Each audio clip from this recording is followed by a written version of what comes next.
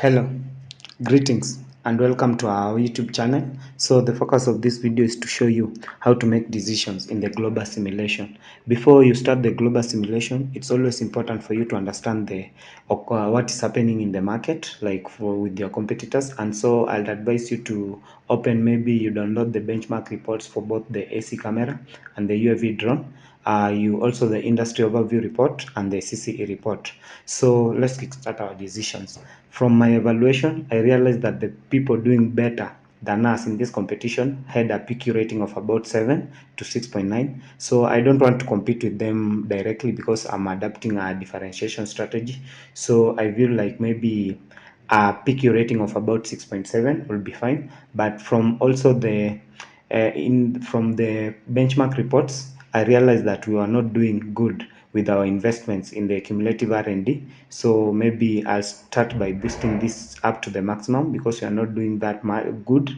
We are below the industry average. So I can boost this up. You can see that the PQ rating is above 6.7, which is my target, but don't worry about that. I'll just try to bring the PQ rating to about 6.7. Maybe I can lower this because remember the image sensor side, the LCD display screen, the image quality, the number of photo modes are expensive to invest in compared to the product enhancement. So I always prefer using the product enhancements to increase and to change my PQ rating rather than the other ones. So maybe we can reduce these ones and see. So it's still 6.8. So here maybe we can drop this to 6.6. Let's increase this to use the product enhancement and see if we can reach our target. So 6.6, not bad. 6.6, maybe we can increase this a little bit. 6.7, yeah. So we have achieved a PQ rating of 6.7 for our action capture camera design. We should also do the same for our UAV drone design because remember the camera that you produce are the ones that will be attached to your drone. So you can't have a high quality camera and a low quality drone. They have to go, they have to be like of the same quality. So I'm aiming at also here 6.7, but I've maxed up the R&D expenditure, so maybe I can try to reduce, maybe minor upgrade 6.8. Advanced, I can maintain that. Advanced, so 360 advanced, maybe 360 enhanced 6.7.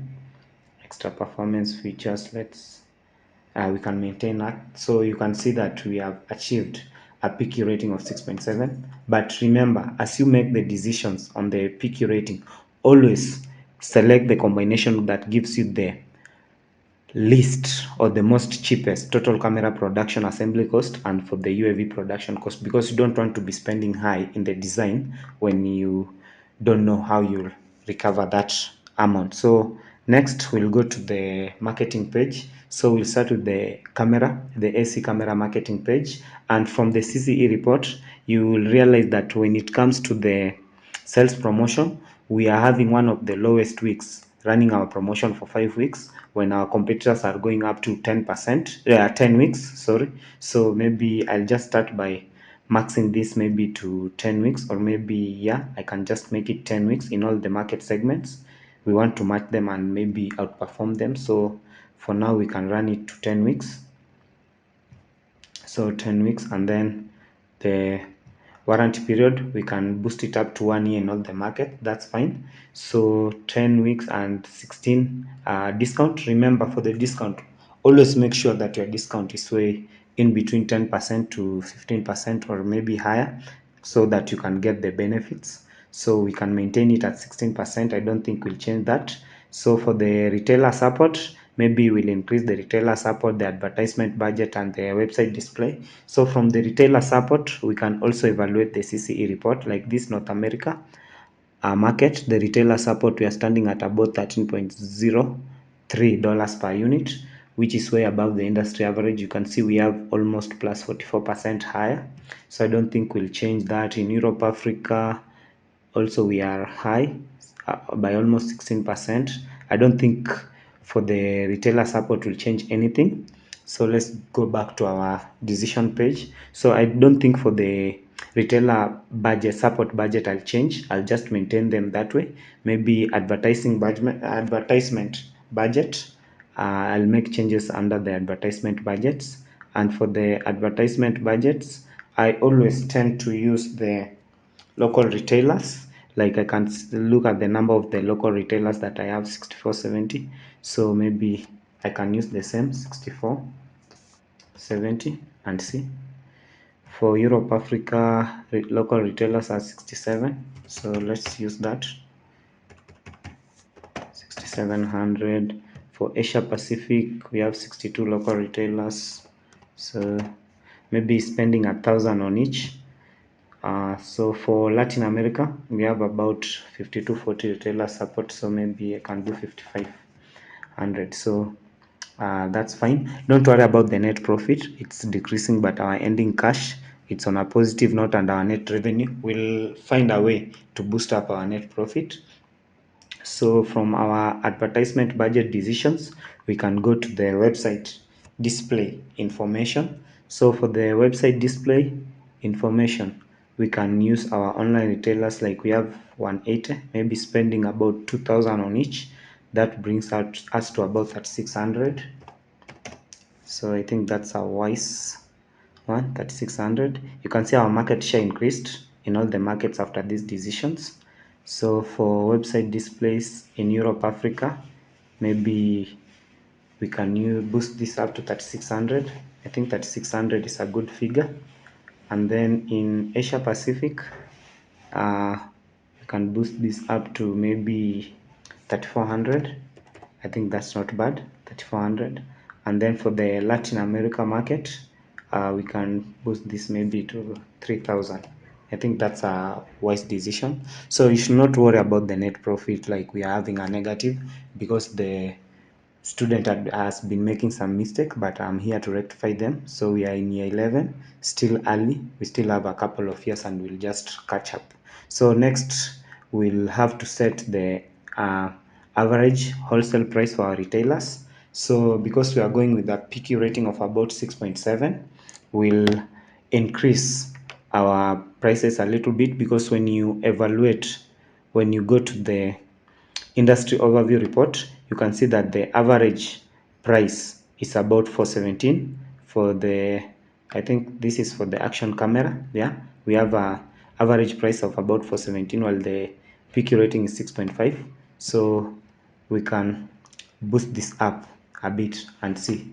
So I'll just do my calculation. I think uh, from using the data from the industry overview report, we can do a calculation and know the price that we'll set. So from the calculation, I think we'll do,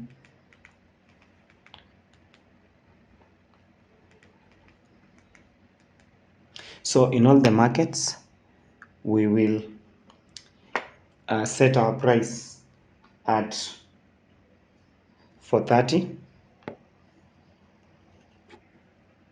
So maybe we'll set the price at 430 in all the markets, but this is not the final price that will charge the consumers. So we can set the price at 430 in all the markets.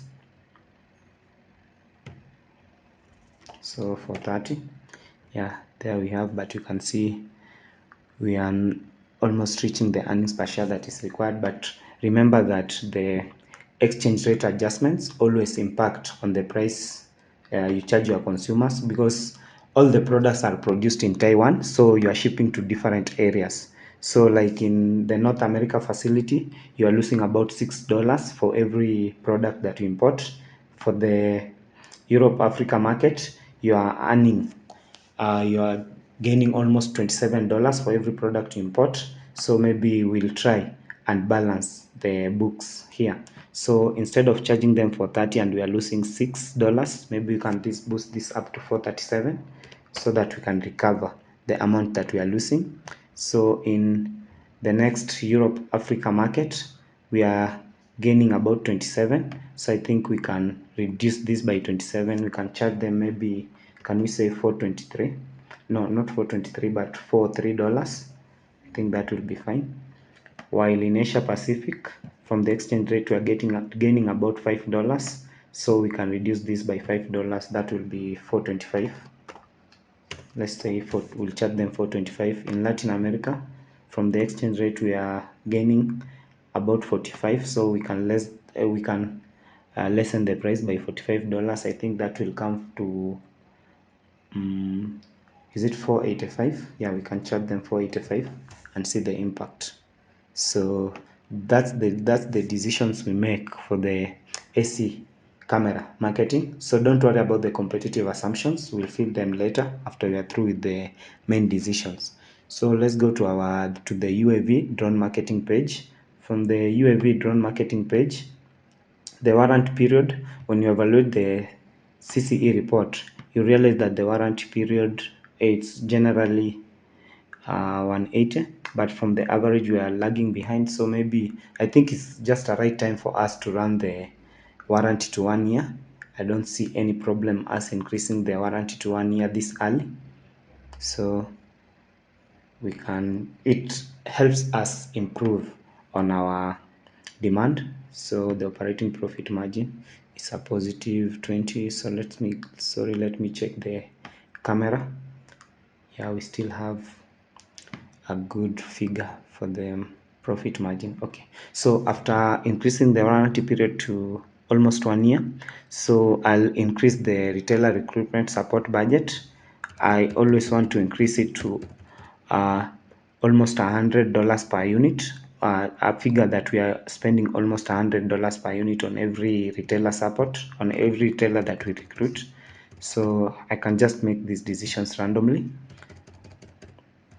So I think 960 in Asia Pacific. What about Latin America? Let me increase it. So let's drop it to about, yeah, I think spending 500 on retailer support in Latin America is a good figure.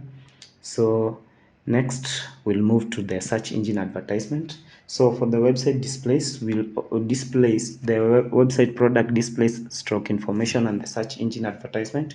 We always tend to evaluate uh, the number of online retailers that we have. So 32, maybe spending almost 1,000 on each one of them. So this, we can boost this up to 32,000. No, sorry, but 3,200, not 1,000. We are spending 100 on each. So here, so we can boost this up to 2,700. I think that's a good figure. Here we can boost this to, we can maintain it at 2,100. While in this market we can boost this maybe to 2,000. I think 2,000 is a good figure for that case. Okay, so for the search engine advertisement, we can maybe use similar values, 3,200, 2,700. In the Europe, Africa, Asia, we will maintain 21, and in this one we can boost it up to 2,100. So I think those are good decisions. So for the discount that we offer to third-party online retailers, we can evaluate the CCE report under the UAV drone camera. So discount, we are running one of the, I think we are average 9%, so I don't think it will be wise for us to change. Maybe we can change the price, but remember, we'll also have to adjust our price according to the exchange rate adjustments. So for the price in this area, I did a calculation using the industry conditions report. So maybe let me confirm the price that we can feed. So it will be,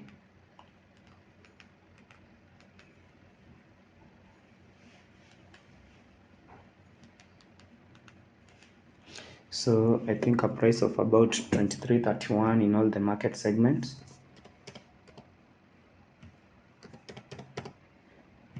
It's our wise decision before we start making the adjustments. So let's start making our adjustments. So in the North America market, we are losing about $32. So maybe we can boost up our price by 32. That will be 23.64.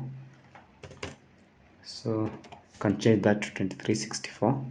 And then in Europe, Africa, the exchange rate, we are gaining about $140, so we can lower the price by about 140. So 2332 minus 140, that gives us about 2192. So we can input 2192, maybe let's say 93. Okay, that's fine. In Asia Pacific, let's see the exchange rate. So we are losing about 24, that will be about 25. So 25, maybe we lessen 25 from 2332. So 2307, I think 2307 is a fair price, or maybe 08, no problem. And then in Latin America, so we are losing about 231. Not losing, but gaining, sorry, gaining about 231 from the importation. So we can lessen our price by about 200 and about 200. So that will be 2332 minus 231. Hope I'm not wrong. Yeah, 231. So it's about 2100. So let's just say 2100. So the earnings per share drop, the return on equity. We have a credit rating, the image rating. We boosted our image rating a bit, so our net profit is not as we required, because we wanted a positive, but it's not a must for us to have a positive, because remember, the industry average market share is about 20, but the average is about 20 and we were below the average. So I think we'll leave the decisions this way. We'll go to the next one. But if we want to increase, maybe if we want to increase our net profit, we can make a decisions to maybe increase our price. But the impact, as you check, the market share will drop, and I don't want to have a lesser market share. I want to increase the market share to about the industry average. So I'll leave the decisions that way. Let's go to the next page, which is the compensation and facilities.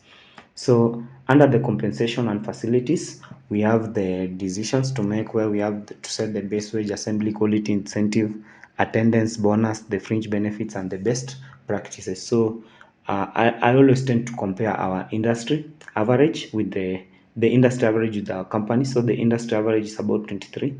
Maybe let's do a 2% increase and see. We are still above. So I think I'll go with a 1% increase here. And then for 3%, let's start with 1 and see. No, that's a little bit low. So maybe let's maintain it at 2.5 per unit. So I'll maintain this at 2000. While for the fringe benefits, maybe I'll maintain it at 1800. I'm still above the industry average. So for the best practices training, you have to choose where you are having the highest EPS. So maybe let me start increasing and see if the EPS changes. So I think the highest is 6.21. So I'll maintain it at 4000 for our best practices training. So after that, the AC camera workforce compensation decisions. Let's move to the UAV drone workforce compensation. So instead of 4%, I think this is so high. Let me try drop. So yeah, I think I'll offer 3%, and then I'll have to increase the assembly quality incentive,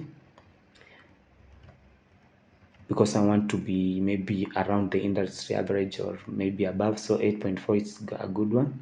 So I'll maintain the attendance bonus at 1200. I won't change it. While for the fringe benefits, I think I'll boost it up a little bit. Yeah, that way. So for the best practices, we'll also do the same. Choose where we have the highest EPS. So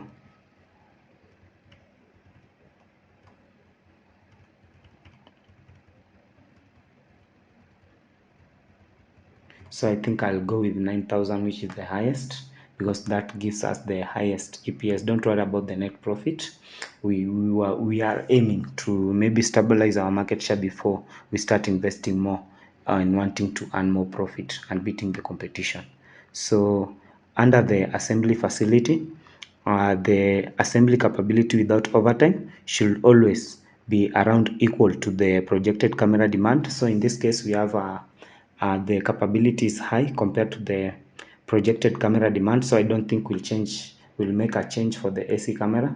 For the UAV drone assembly facility, so capability without overtime is about 182, while the uh, projected demand is about 217, and the additional workstation needed to avoid overtime assembly. Remember, overtime assembly means additional, like will incur additional costs. So we have 110 spaces and 100 workstations. So maybe I think for this case we can just increase the workstations by 10 because we don't have additional space. So maybe, and I'll also expand, maybe I'll buy 20 more spaces, because remember you have to buy spaces before you install a workstation table. So just in case, I'll just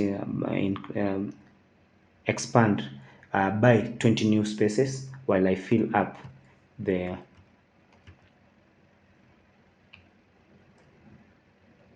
while I fill up the available space. So I'll maintain that at 10. I don't think that's a bad decision. So let's move to the robotic upgrade.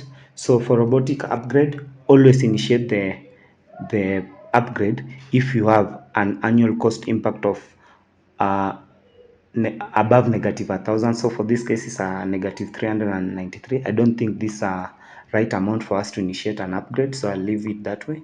For UAV, 7 negative 700. So I'm targeting negative over negative, almost negative 1,000. So I won't initiate any upgrade. But remember, robotics upgrade prove influential in helping you lower the cost of production. I think we are done with the compensation and facility decisions. Let's go to the special contract offers. So from the special contract offers, you can evaluate the CCE report. From the CCE report, you will check the value index. Like the person with a value index of about 65 is the one who won the special contract in Asia Pacific. In North America, value index of 60. So in Europe, Africa, from the CCE, the one who won had a value index of 63, while in Asia Pacific, 65. So what I'll do, I've seen the average is about 65, so maybe let me max it up. So 40, 64. But remember, the contribution margin has to be a positive. So I think I'll offer the maximum special discount offer of 40. Let me max up also in all the other regions. So 40, yeah, it's a positive contribution margin, so I won't run at a loss. I think I'll max up in all the other regions and see the impact. So 40 also, so 58. But I will have a problem with winning the special contract for Latin America because of such a low figure.